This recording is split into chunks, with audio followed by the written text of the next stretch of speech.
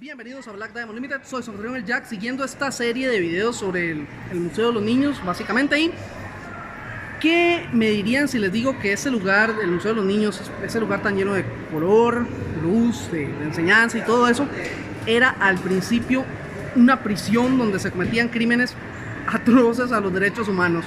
Bueno, esta es la historia de el Museo Penitenciario de Costa Rica. Acompáñenme a descubrirla. Ok, ahora estamos con el caballero aquí. Mucho gusto, Alan. Alan es uno de los encargados del Museo Penitenciario. Él nos va a explicar cómo era que funcionaba, cómo se inauguró y todo. Entonces, adelante, sí. Alan, por favor. Bueno, el lugar, ¿verdad? Se inaugura en 1910. Es una obra muy barata para la época, ¿verdad? Cuesta 532,000 colones aproximadamente. Fue construido por los mismos privados de libertad, y la penitenciaría central llega a subsanar un hueco que había en San José, porque no había una cárcel como muy amplia, ¿verdad? Grande, solo estaba la isla San Lucas y unos que otros lugares regionales que metían a las personas que estuvieran borrachos o, ¿verdad?, que se portaran mal. Sí, sí. Entonces viene a subsanar ese hueco, entonces se crea en San José, ¿verdad? Es aquello de que está la capital y al fondo se ve una loma, en la loma se ve una cárcel, ¿verdad? Ajá. Entonces era como el castigo, los malos están de aquel lado, era muy imponente, ¿verdad? Esto es como un castillo. En un castillo normalmente viven reyes, reinas, acá no, acá en una cárcel. Y se hizo en un sentido como irónico, más que todo. Exactamente, es muy irónico, el modelo es muy europeo también, ¿verdad? Ajá, Gótico. eso es cierto, es gótico, sí. Gótico, ¿verdad? Entonces se manda un arquitecto a que visite Europa y él trae las ideas. Él construye también el Teatro Mélico Salazar, ¿verdad? Y entonces viene con esas ideas, construye la Penny. Se esperaba que albergara 350 privados de libertad y al final había más de 1,600 personas en este sitio. Podemos pasar a la primera celda para que veamos más o menos cómo es Claro. el centro. Esto es lo que se espera, ¿verdad? Al comienzo de la pena, una persona por celda, una cama, un ropero, buscando el perdón, buscando la ayuda. Los grafitis que ven son originales, ¿verdad?, de la época, casi siempre son figuras femeninas, ¿verdad? A falta de tenerlas y de verlas, ¿verdad? La compañía femenina. Claro. Me dijiste también que cuando llegué, el museo se usó también para, el museo no, la cárcel, se usó para albergar hombres y mujeres. Sí, este sitio, ¿verdad?, cuando abren, se espera que reciban poblaciones, mujeres, hombres y niños. Cuando uno dice niños también como que se asusta, ¿verdad? Porque realmente habían algunos padres que cuidaban, que tenían unos albergues de niños, una identidad estatal también, pero no tenían mucha fuerza. Entonces había muchos niños en las calles que pidiendo limosnas, que pidiendo ayudas, y muchos de esos robaban para poder comer, para poder vestirse, y venían a dar la Penny, ¿verdad? Entonces las mujeres pasan apenas 4 años acá en la Penny. Nos damos cuenta que reciben mucho acoso, mucho hostigamiento, entonces se trasladan con las hermanas del Buen Pastor, que es una cárcel de mujeres en Costa Rica. Este fue el panorama en 1910, ¿verdad? Ya para después, para los años 30, tenemos ya un panorama un poco distinto, ya no es solo un privado de libertad, sino hay 3, 4 y hasta 5 personas en una celda. Entonces ya comienza a crecer el hacinamiento, ¿verdad? Se empieza a volver un poco incómodo, un poco difícil, ¿verdad? Acá había muertes todos los días, muertes muy violentas. De hecho, en el sistema penal de Costa Rica, en la Penny ocurrieron de las peores muertes que pudieron haber existido. Ya para los años 50 ya teníamos un hacinamiento total, ¿verdad? Las personas, habían hasta 15, 16 personas en una celda. Este es como el panorama de los años 50 en adelante, ¿verdad? Como podemos observar, hay solo 4 camas y hay 7 privados de libertad, ¿verdad? Entonces, una muy buena pregunta es dónde van a dormir, ¿verdad?, los otros privados. Entonces, muchos les tocaba tirarse en el piso, les tocaba que acostarse en la pared. Todo lo que vemos acá, el periódico, el dibujo, la ropa, son símbolos de apropiación del espacio, ¿verdad? Ellos tienen que hacerlo sentir propio. Sí, ¿verdad? Porque va a ser el hogar de muchos, depende de su condena. Acá en Costa Rica la máxima pena es de 50 años. Entonces, este va a ser el hogar de muchos durante 6, 8, 10, Y depende de la condena. Siempre se ha mantenido así desde la época de la pena máxima de 50 años. Eso vino con la reforma penitenciaria, Ujú. ¿verdad? Antes las cárceles eran un experimento, ¿verdad? Es como el mejor nombre que pueden recibir. ¿Por qué? Porque, por ejemplo, mezclaban poblaciones, niños y mujeres. Por ejemplo, no había una división de la pena, de la condena, ¿verdad? Entonces, por ejemplo, si una persona estuvo acá porque mató a 5, podía estar a la par de uno que solo vino porque estaba un poco ebrio en la noche anterior. No había una correcta división, no existía ni máxima seguridad. Y ahí es donde viene que hubieran crímenes violentos. Exactamente, ¿verdad? Entonces de ahí ya después, en los años 70, viene una reforma grande, donde se hace una división, ¿verdad? Bueno, los que son más malos, ¿verdad? Van a este lugar, los que son menos malos van a este otro lugar. Aunque realmente todos cometemos errores, ¿verdad? Entonces, ¿verdad? Estos dibujos son originales y ellos le cambian el sentido de celda, le cambian el sentido pegando periódicos, tendiendo ropa, poniendo música, ¿verdad? Como va a ser el hogar de muchos, como dije anteriormente, tienen que cambiarle ese sentido para hacerlo más llevadero, ¿verdad? El tiempo. Así es. Hay una gran diferencia entre esta celda que tenemos acá atrás y esta otra. Y creo que son las personas, ¿verdad? Hay muy pocas personas, se ve que ellos están un poco molestos, tienen armas blancas también, como podemos ver. Sí. Entonces, estos son los hachudos, así se hacían llamar. Los hachudos son los jefes de las pandillas, ellos mandaban en la penny. Muchos tuvieron que haber matado para estar en este lugar, ¿verdad? Vivir más tranquilos, tener un poco más de solvencia. Las ratas en la penny se las comían. Eso es muy icónico de lo que fue la penny, porque la comida era muy mala. Si les daban un pedazo de pan, habían cucarachas dentro del pan, gusanos. Entonces las ratas las hacían en sopas y empanadas. Entonces si venía algún visitante y algún privado de libertad le vendía alguna empanada, muy probablemente era de rata.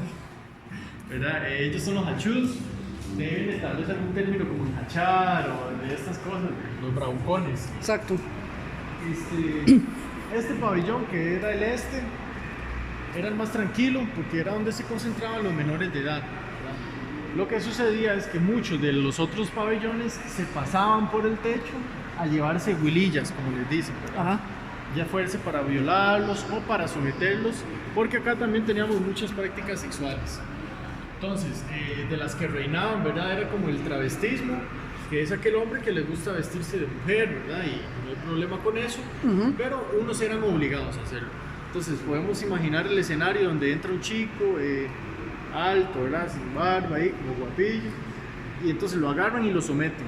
Entonces le dicen, usted va a ser mi pareja. Uno de los hachudos que vimos allá atrás les dice, usted va a ser mi pareja, usted me va a lavar, me va a cocinar, me va a mantener la ropa tendida, todo bien ordenado, y a cambio yo le doy privilegios y protección. Entonces estos privilegios, aunque no lo parezca, son muy importantes en las cárceles. ¿Por qué? Porque, por ejemplo, imagínense que hay una fila de 800 personas para recibir comida. Entonces un privilegio es que usted no hace fila, usted pasa por encima de esas 800 personas. Otro privilegio es que tal vez hayan 80, 90 personas para ir al baño en fila, usted no hace fila, usted va directo al baño. Entonces estos privilegios se los brindaban ellos a cambio de violaciones, porque los sometían a uno contra su voluntad. Esto reinaba acá en la penny. Por ende, muchas enfermedades. Y por ahí es donde viene el tema del cierre de la penny, ¿verdad? De que muchas enfermedades, había muertes muy violentas todos los días, ¿verdad? No era como en algún otro penal que se puede considerar normal, una puñalada, ¿verdad? O otro. Acá no, acá les arrancaban órganos, los dedos. Se conoce una entrevista que tenemos acá de una historia de que a un tipo le sacaron el corazón, se pusieron a jugar con el corazón y después se lo llevó un gato.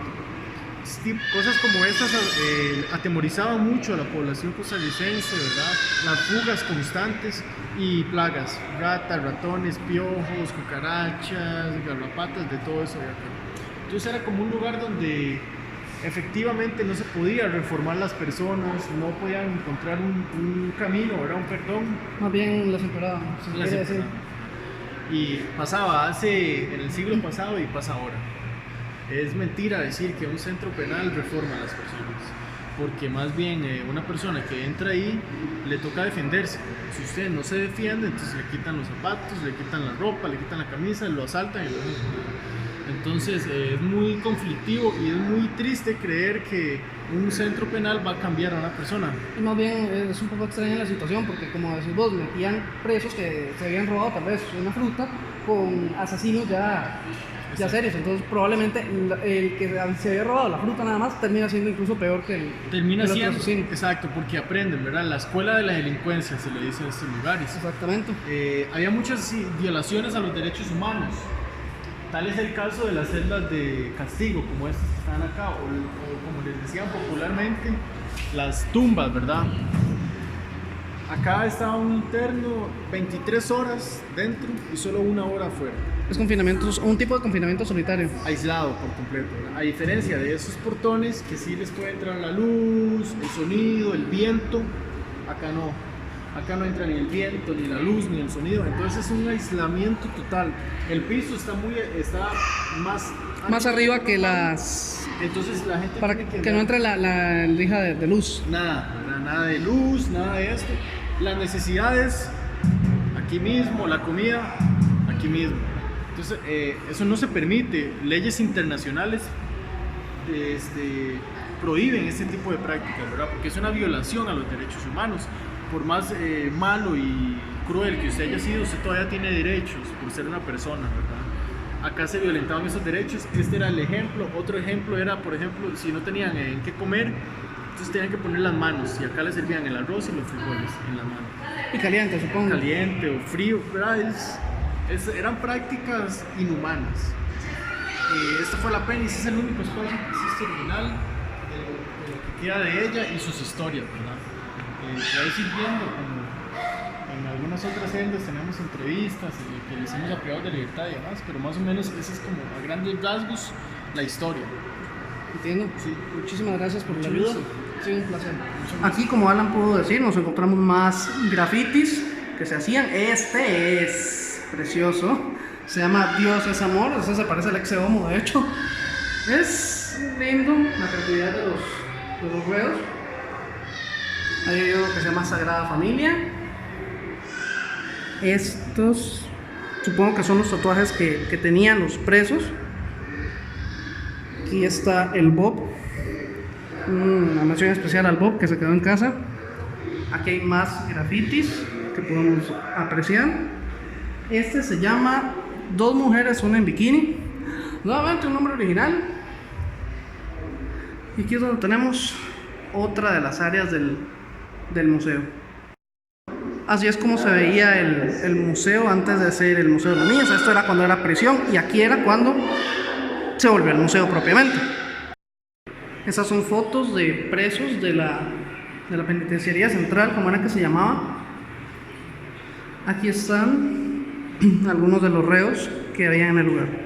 Es increíble ver cómo esto te transporta básicamente en el tiempo, hasta los televisores que había, el tipo de programas. Vean esto, o sea, es genial esto. Este museo es una llaga abierta, esta parte de la historia de Costa Rica. Francamente, cosas como las que suceden aquí, tal vez muchas personas difieran en los comentarios, pero no creo que deban ser sometidas muchas de las personas, sobre todo las que cometen crímenes bajos. No deberían ser sometidas a este tipo de tratos que vayan acá.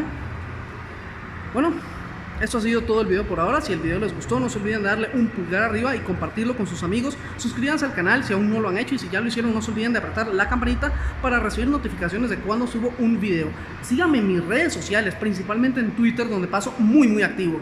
Nada más que decir, salvo vivan al máximo, hagan cosas geniales y brillen como diamantes negros. Eso ha sido Black Diamond Limited. Les ha hablado su anfitrión el Jack y nos vemos a la próxima. Cuídense mucho, amigos.